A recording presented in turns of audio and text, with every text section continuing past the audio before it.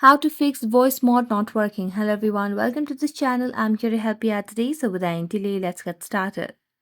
So first of all, on the Play Store application on the device and search for voice mod just to make sure you have an updated version of the voice mod application. As you can see on the screen, there is no option of update over here, which means we have the latest version of voice mod application. So now make sure that you have stable Wi-Fi connection on a device, and if you do not have a stable Wi-Fi connection, you can switch to a cellular data as well. Now, what you need to do over here is make a long press on the voice mode application and then tap on app info. As you tap on app info, you can see the option of app permissions. So select on the app permissions option.